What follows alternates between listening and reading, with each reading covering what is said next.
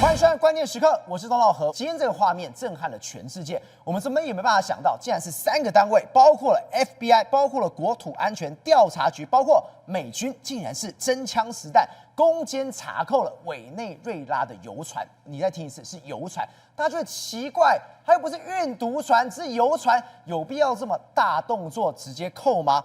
这个代表一件事情，它不单单只是要把这些运毒船给所谓的摧毁之外，它扣的这一艘渔船，它做的叫做主权宣示。它的宣示要给谁看？给中国看。你看到中国今年最近才在流传，就说为什么今天委内瑞拉对中国这么重要？原因就是石油问题。他说什么？这是新浪媒体的报道。他说中国买家神操作，委内瑞拉的石油砂变成巴西的沥青，完美避开了美国制裁跟进口配额的限制。简单讲，他用绕道的方式把这个所谓委内瑞拉石油通通塞进自己的口袋当中，还说自己是神操作。结果今天马上被川普给打脸了。日经亚洲有一位叫做钟泽克，他对中国的描绘非常的深。他怎么形容？他说中国你又在搞一些什么？他说，中国军方再次意图与美国瓜分广阔的太平洋。当时说这一句话的时候，是对奥巴马政府去讲的。他说，太平洋可以容得下中国跟美国，但这次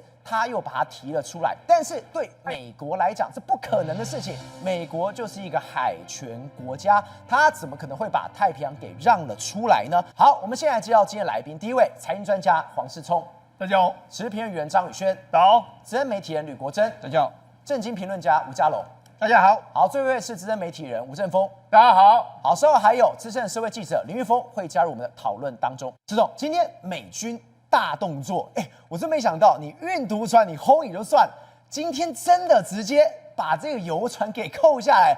他真的什么？你以为是对委内瑞拉？说不是，就是对中国来，冲着中国来的。没错，今天的美军呢化身成什么海盗部队，真的是海盗哦。海盗为什么这样讲呢？你看他们登上了那个挂着这个圭亚那，那事实上大家都知道要运东西到委内瑞拉的一个游艇，一个游轮。没几分钟的时间呢，他们就宣布说，我们成功了扣了这一条大型的这个游轮啊。那游轮扣下来之后，人家问川普说，那你这个游轮扣下来怎么样？哦，我想我们会把它收归我们自己所有啊。可以这样子，所以这等于就是个海盗行为啊！国际的船，国际的民用的游轮呢，它上面是载着石油啊，就你把它扣下来说啊，这变瓜黑，而且他们是用美军这样扣。对，你想说，他怎么会这么大胆？我跟你讲，川普现在我们有一句话叫“熊惊熊惊无天良”嘛，对不对？那现在呢，川普是这样，无天良。这个海盗的部首我也做了出来。好，那你想到他为什么要做这个？不就是要这个对委内瑞拉示威吗？我跟你讲，他剑指委内瑞拉，但是做这个行动是做给中国看。为什么做给中国看？因为中国这几年一直在，中国自己我觉得他也很大嘴巴，他们自己就要讲说，你看啦，我们中国买家神操作啊，委内瑞拉的石油呢变成是巴西的沥青啊，完美的避开美国的制裁还有进口配额。你自己这样讲啊，这些游轮有可能会卖到你中国去的啊，那我就把它扣下来啊。扣下来的话，第一个让你这个马杜洛没有钱可以收，再来让你中国也没有石油，所以他等于是这样操作糗大了。对，这样操作当然是打脸习近平嘛，就跟你说，你们这样操作是不行的。好，那为什么这样说呢？因为我跟他讲。因为这个中泽克其实一直写了一个文章。2013年的时候，习近平访问美国的时候，他跟当时的美国奥巴马说什么？他说中华民族伟大复兴的中国梦，而且强调说，宽广的太平洋两岸有足够的空间容纳中美2个大国啊。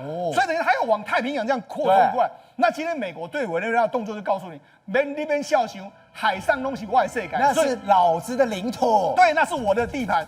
所有太平洋你想要染指都没有这个机会，所以呢，美国今天就展示给你看，你敢这个跨出太平洋任何一个地方，你到委内瑞拉，我绝对就端掉你委内瑞拉。松哥，你看到这个画面是什么？就我们刚刚讲游船哦，这游船不是说小小的，这游船装载110万桶的原油。对，没错。他们今天那个直升机，它一过去，像你刚刚讲，它垂降下来之后，真枪实弹。当然，我心里想，这真的是扣押船吗？这是在逮什么恐怖分子吧？对，好，我们仔细来讲这个事件。这个事件是怎样？这个早上的时候，你看美国的这个相关的船只已经锁定了这一艘。对，这一艘是什么？美国为什么要扣押这一艘？因为这一艘它挂的这个舷号是圭亚那的它的 KTS Keeper 的这一号的这个游轮。因为这号游轮呢，它之前就已经被锁定了，它之前出现在伊朗，为什么？还有黎巴嫩。因为伊朗跟黎巴嫩，你就想说这谁？这一定是帮中国运油，他曾经帮，因为以前的伊朗的油就是卖到中国去，对，他曾经帮伊朗运过油，他虽然挂圭亚那，那摆明了，照我跟你讲，美国一定判断这个油就是要卖到中国去的，所以我赶快就给你扣押下来。好，所以你看这个画面里面来说，两艘直升机，他们从福特号这个开始上升之后一路飞到这个地方来，好，飞到这个地方来的时候，你看它是由谁来执行这个行动来说的话，叫我把它姑且，因为这次叫做南方之矛行动之海盗行为，哈，它里面来说，它这结合什么？它结合了联邦调查局，那国土安全调查局，还有美国这个所谓海岸的防卫队，他在国防部的支持之下，一起来扣押这一艘船。那这艘船是30万吨啊！你刚才说有110万桶原油嘛？110万桶，你乘以这个80的话，这个好几千万的美金的哈。他们就出动了2个，然后里面的队员有包括海岸警卫队的队员啊。海军陆战队的队员啊，还有特种作战的队员啊，2台直升机这样子下来，然后直接进到里面，对，就是爬上又爬下，对啊，结果他的枪都已经有上膛了，谁敢动？对，杀谁的？登船之后，你看他们就马上往这个所谓的座舱的这个位置前进，然后你看他们展开小组行动，就一批人往这个座舱前进去控制。那你看这一批人就在船边所有人在这个所谓监控的一个状况，然后个攻坚船长是，你知道川普说了什么话？川普说，载有进入委内瑞拉原有的船呢，而且刚才待命了12艘，我们还有12艘哦，就说他的意思是说，我们还锁定了另外12艘。好，那而且原油都会归我们所有。真的是流氓跟强盗。对，这一艘110万桶，你已经收归国有。对，其他的12艘，对。我也要。对，所以你看，他这等于是要把委内瑞拉的这个跟委内瑞拉往来的油轮全部把它端掉，好，这个当然是对委内瑞拉一个极限施压。我们知道他从11月18号去进行这个所谓南方之矛的这个行动之后，他要摧毁毒品进入美国的这个程序，另外还要切断委内瑞拉政权的毒品来源，还有因为削弱他的军警这个高层对政权的这个忠诚度，还有财政支持。这财政支持就是你卖石油到中国去嘛，对不对？然后他削弱他的这个政经根基，让半军事、半经济还有半金融手段的这个混合战，用这样来给马杜罗施加压力。好，那你说马杜罗第一个时间怎么说？你看这个国际媒体说的，他说马杜罗这个加拉加斯方面就说什么？你这个叫做 international piracy， 这大家看这几个字 ，international piracy。国际海盗行为，你是国际海盗行为，但没有不管，反正我为了要这个扣押毒品，我什么事都干得出来。好，现在呢，等于是大军压境到委内瑞拉。好，那我跟他讲，事实上这次为什么会他要去这个川普为什么铁了心要去扣这个油轮呢？主要原因就是你中国嘛。好，那你看这个是中国新浪财经的一个文章，他今年5月13号。他这主要是说，你看，哇，夸赞我们中国人买家神操作，哇，厉害了，神操作。对，他就讲我们这个，因为这个国际市场有这个灰色地带。什么叫灰色地带？就是委内瑞拉已经被美国制裁了，你不能够出任何石油，但是中国还是可以把它运过来。好，他说一场精心策划的石油变脸正在这个上演。他说过去1年之间有超过10亿元左右的委内瑞拉石油被重新包装成巴西的原油，然后运往中国。这个操作是神操作，它不仅帮中国买家省了这个物流成本，还有巧妙的绕过了美国制裁还有进口配额的这个限制啊。他这样讲啊，不是哪有人是傻傻的把自己的所有招数直接写在上面，是，结果人家今天真的把你的油轮直接给你直接扣着了，对，然后马上呢，这个国际媒体也有报道这样一件事。好，那他怎么做呢？第一个这样子，他就说呢，我们要突破这个贸易的封锁。他说我们中国的贸易商呢，弄了一套复杂的变脸的机制。什么叫变脸机制呢？他说修改原产地的证书，好，他呢把委内瑞拉的这个种植原油呢变成是巴西的这个沥青，他还修改什么？利用现代科技篡改油轮的 AIS， 就是它的应答器，让它从这个委内瑞拉出发，不是从这么厉害，不是从巴西出发，这样从委内瑞拉出发，但是它信号告诉你是从巴西出发，他说信号欺骗。他说中国的海关的数据，2024年的7月到2025年的3月期间，中国从巴西进口大概270万吨的混合沥青，价值12亿。好，但是问题是，同期你去问这个巴西的这个石油公司，他们就说，不好意思哦，我们对中国出口的是盐下的这个原油为主，我们没有出口过沥青的产品哦。所以也就是说，那你乱改嘛？你看巴西根本就没有出这个，但是你就出，你说是巴西沥青，巴西说没有，所以人家才知道说那些打了巴西沥青的旗号进入中国货物的大部分是来自委内瑞拉。为什么说对马杜罗来说现在压力很大？你看像委内瑞拉在这边，对不对？委内瑞拉这边，现在美国是大军压境啊。美国是用可以灭了好几个国家的这个实力针对你。好，第一个你看。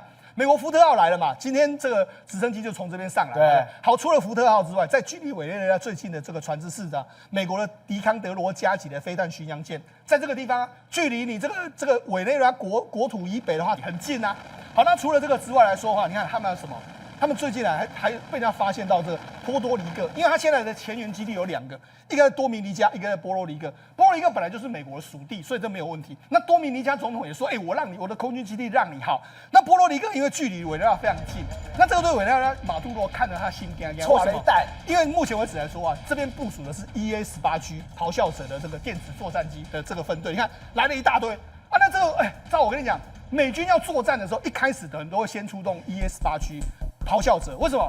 他要先把他这个叫做空中的这个瘫痪，他可能就可以扫荡所有的这个空中的讯号，让你的地上的雷达几乎完全瘫痪的电子作战。所以他等于来到这个地方来说，照我跟你讲，作战的前沿的这个飞机已经来到这个地方了。好了，你更不用讲，在美国的福特号上面来说，这个还有多米尼加有 F-35啊。我们之前不是讲吗？他还故意飞了一个 F-35B 短程的这个跑道给你起飞，给你看。然后还有 P8 也来了，然后包括说 B52的轰炸机啊 ，KC-135的加油机都来了。加油机是啊，可以所有杀器全部都列出来了。总体列门卡靠弹里。好，那另外还有什么？他前几天还真的很故意哦。你看12月9号的时候，他说有这个2架美国的 F-18，你看他飞进去哦。飞进委内，他已经飞进委内瑞拉领空，你看如入无人之境哦，已经进入你的领空哦，这边绕来绕去，这样，停留40分钟，可是你也没办法拿我怎么样。所以我跟你讲，现在就是对你终极施压。我相信这个委内瑞拉看到这2台飞机，一定吓死。这报告马杜罗总统，我们该打下他还是该怎么办？马杜罗一说不，先不要，先看看。他们搞不好很紧张，搞不好他整个裤子都有尿湿，也不一定不知道。但是他看，侵入我们委内瑞拉领空，出事啦。对，好，那你知道美国还有一个大招。他说什么？美国 CIA 的特工已经进入了委内瑞拉，所以就是说，你看真的假的？他们说的嘛，都已经偷偷潜到对外面这么多，是他已经偷偷进去了。对他可能，譬如说透过什么亚马逊的这个雨林，或是盖亚那什么地方，反正就进到委内瑞拉。委内瑞拉里面来说，他说已经有一批人进去，准备要活捉这个马杜罗。所以你看，现在马杜罗你能跑到哪里去？所以我才说嘛，这个之前的马杜罗不是打电话给川普。再跟他说一堆条件你要怎么样？你要川普说 no， 你只有一条路，你就自己走吧。所以看起来他现在继续对你施压，当然就先把周边会影响马杜罗，包括说中国，你中国真的在这个时候还敢给我运这个委内瑞拉的石油，当然我觉得把你的油轮全部都扣押的一个状况。宇轩，现在中国网友发现一个很尴尬的事情，他们吓死了。中国也这个所谓的日本也太硬了吧？你看到挑衅升级了，12架。F2战机挂载48枚的导弹，模拟就知道集成他们的辽宁舰。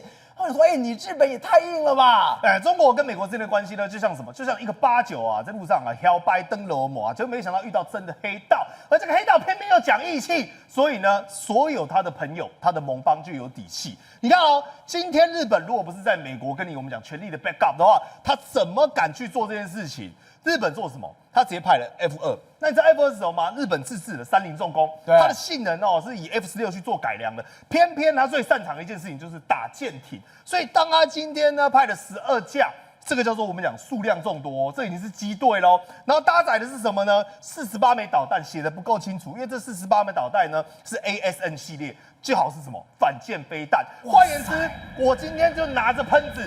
专门针对你的，在你辽宁号附近在那边给你绕，我看你摇摆什么，一发下去，管你什么航空母舰，直接把它击沉。所以你看到吗？日本有网友就直接拍到这个画面。你现在看到什么？就是 F2。对。然后呢，它的自卫队呢，大概将近有我们讲的12架，就是它要干嘛？实弹起飞。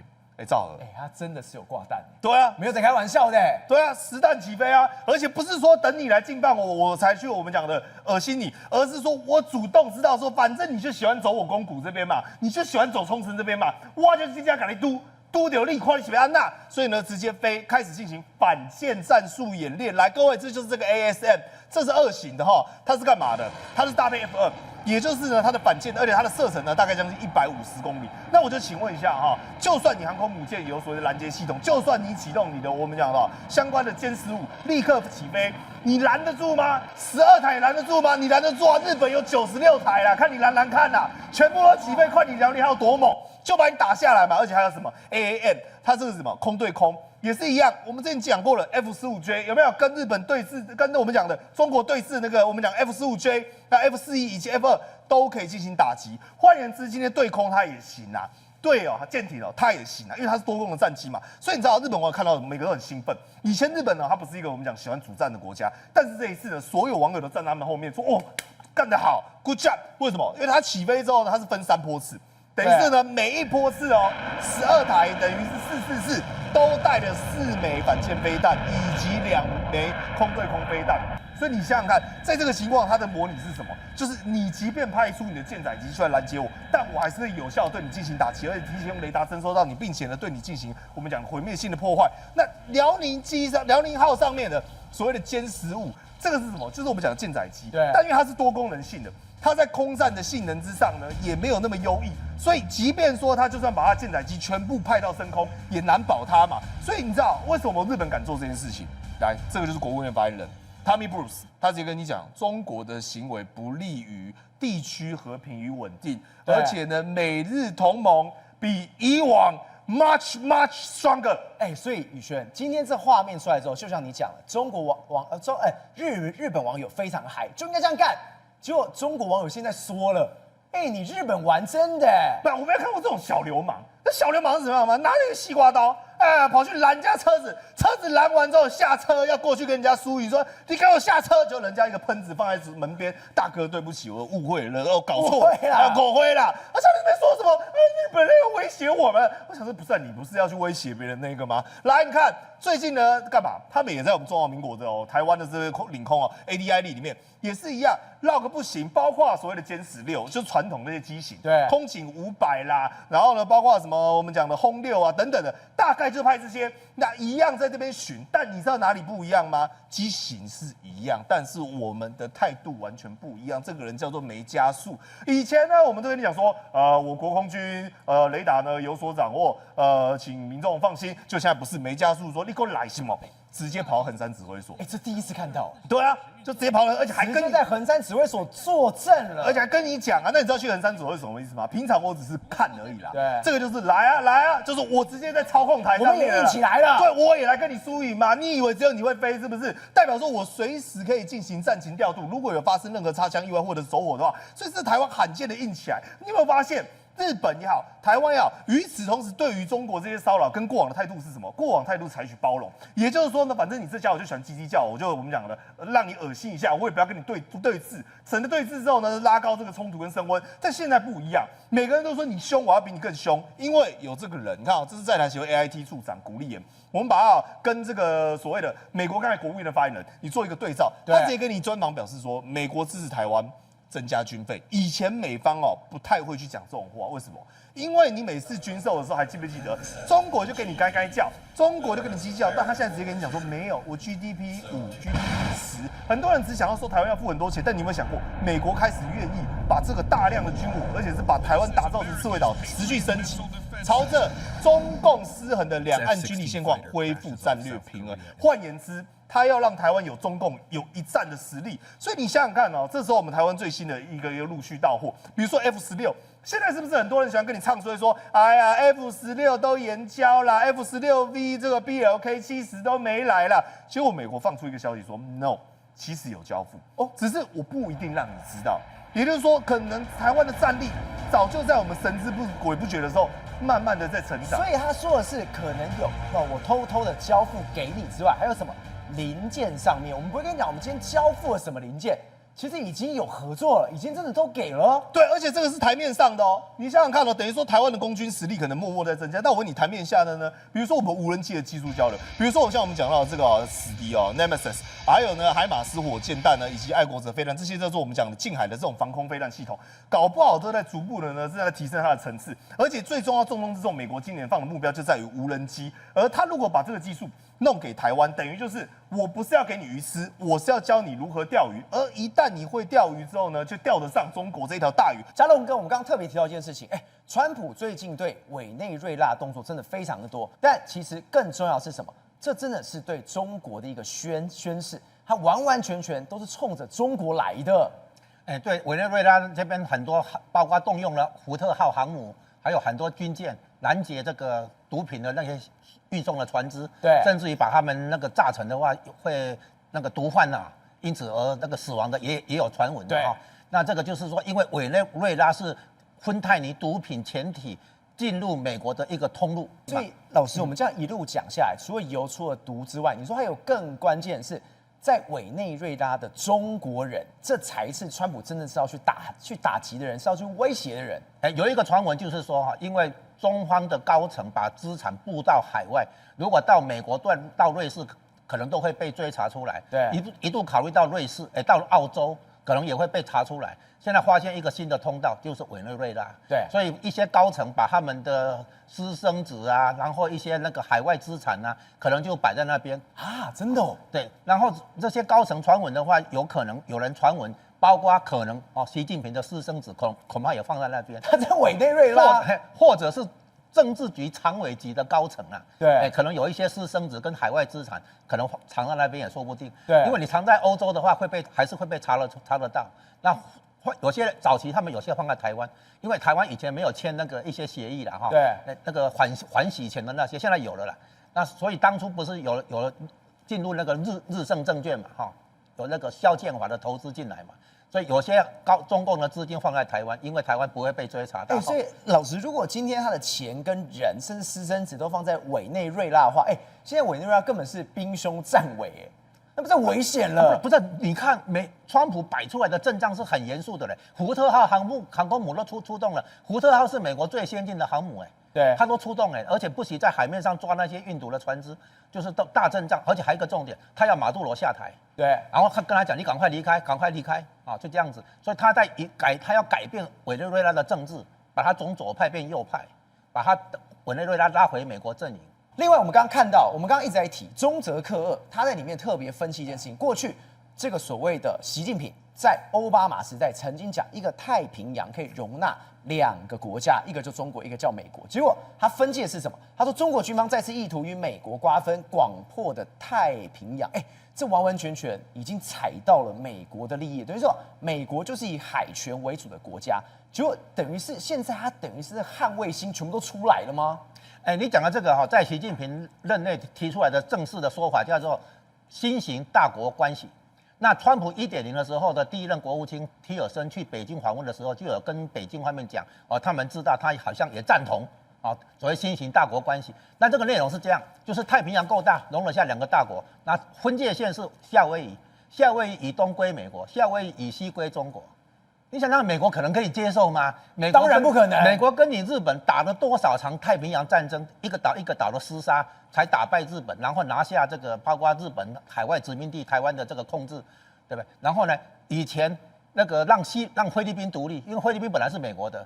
然后呢，美国是打赢对西班牙的战争，1898年美西战争获胜，才拿下菲律宾跟关岛。后来让菲律宾独立，关岛现在继续是美国的。所以这个典型故事里面，美国不可能让出太平洋，因为太平洋等于是美国用辛辛苦苦一个岛一个岛的厮杀作战、牺牲流血才换来的。对，所以中共现在想要什么？没有打一场战争就要拿下太平洋的那个什么一大部分，不可能啦。对，所以对美国来讲的话，这个就是挑衅了啊。对，那当然美国毫无疑问是海权大国。人家说世界上最强的海军，美国第1名，第2名还是美国，第3名还是美国。美国会让出来吗？不可能嘛。对，所以呢，现在这个踩到红线的结果，美国就加强第一岛链的布防嘛。对，那通常都是借着联合演习把部署送过去。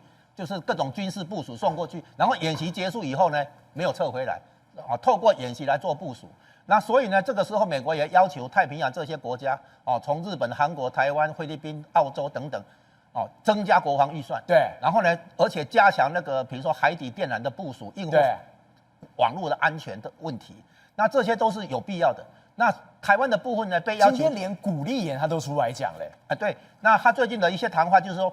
从美国的立场来讲，台湾增加国防预算很简单，是因为之前落后，现在等于要落后追赶，就是在国防预算上，台湾以前做得不够。那现在的话，包括其他国家有财政压力的，都在增加国防预算。